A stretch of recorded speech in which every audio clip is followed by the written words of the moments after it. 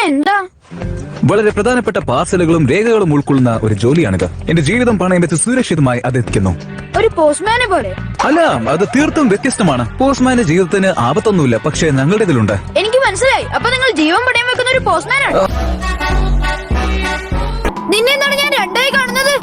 നരുട്ടോ, നരുട്ടോ. ഒരു മിനിറ്റ്, നീ ക്ലോൺ ജിറ്റ്സു വല്ലതും ഉപയോഗിക്കുവാണോ? എന്നോട് മറച്ചാക്കണ്ട. നിങ്ങൾ ഇരട്ടകളാണോ? അല്ല. ദൈവമേ, ഇവർ രണ്ടുപേരിൽ ആരാണ് ശരിക്കുള്ള ഹിനാറ്റ എന്ന് എങ്ങനെ കണ്ടുപിടിക്കും? എനിക്ക് വട്ടുപിടിക്കുമെന്ന് തോന്നുന്നു. നിങ്ങളുടെ ശബ്ദം ഒരേപോലെ തന്നെയുണ്ട്. എനിക്ക് കിട്ടി. ഞാനൊരു ചോദ്യം ചോദിക്കാം. അതിന് ഉത്തരം യഥാർത്ഥ ഹിനാറ്റയ്ക്ക് മാത്രമേ പറയാൻ പറ്റൂ. ശരി, ഹിനാറ്റയുടെ അച്ഛന്റെ പേരെന്താണെന്ന് അറിയാമോ? ഓ എന്റെ അമ്മ, അത് ഫലിച്ചില്ല. എന്റെ ചോദ്യം അത്ര പ്രയാസമുള്ളതായിരുന്നില്ല. കാരണം ഹിനാറ്റയുടെ അച്ഛന്റെ പേര് എനിക്കറിയില്ല. അപ്പൊ ഇത് സുരക്ഷിതമല്ല. ഞാനതിന്റെ മുകളിൽ ഉണ്ടായതല്ലെന്നും പറഞ്ഞ് സന്തോഷിക്കേടാ. പീക്കര് നിനക്ക് വട്ടായിരിക്കും.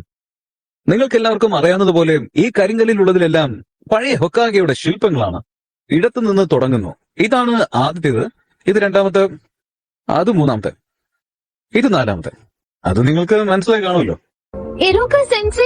അപ്പൊ അഞ്ചാമത്തെ ഹൊക്കാഗെ ആരാണ്? അത് ഇതുവരെ തീരുമാനിച്ചിട്ടില്ല. ഒരുപക്ഷെ അത് നിങ്ങളുടെ ഫേവറേറ്റ് ടീച്ചർ ആവാം.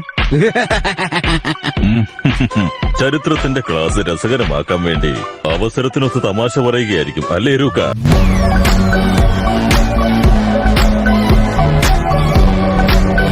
ഇദ്ദേഹത്തിന്റെ ശില്പമാണ് ആ മലയിൽ കൊത്തിവെച്ചിരിക്കുന്നത്.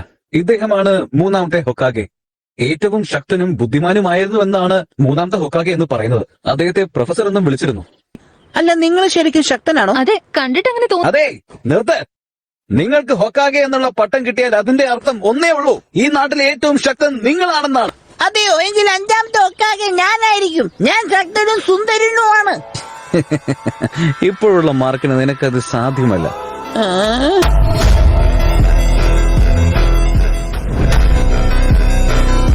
നിനക്ക് മതിയായില്ലടാ കിറുക്ക. ലോഡ് ഒരോച്ചിമാർ എനിക്ക് തന്ന ഈ ശരീരത്തെ നീ ഇപ്പൊ അഭിനന്ദിക്കുന്നുണ്ടോ? ഞാൻ എന്റെ കൈകൾ കൊണ്ട് നിന്നെ പിച്ചി ചീന്തും. നീ എന്നോട് പറ, അവൻ എവിടെ കണ്ടെത്താനാവുന്നത്? ഒറോച്ചിമാര് എവിടെയാണ് ഒളിച്ചിരിക്കുന്നത്? ഒരിക്കൽ കൂടെ ഞാനത് ചോദിക്കില്ല. നിന്നെ പോലൊരു പീറച്ചറക്കനോട് ഞാനത് എന്തിനു വിവരിക്കണം?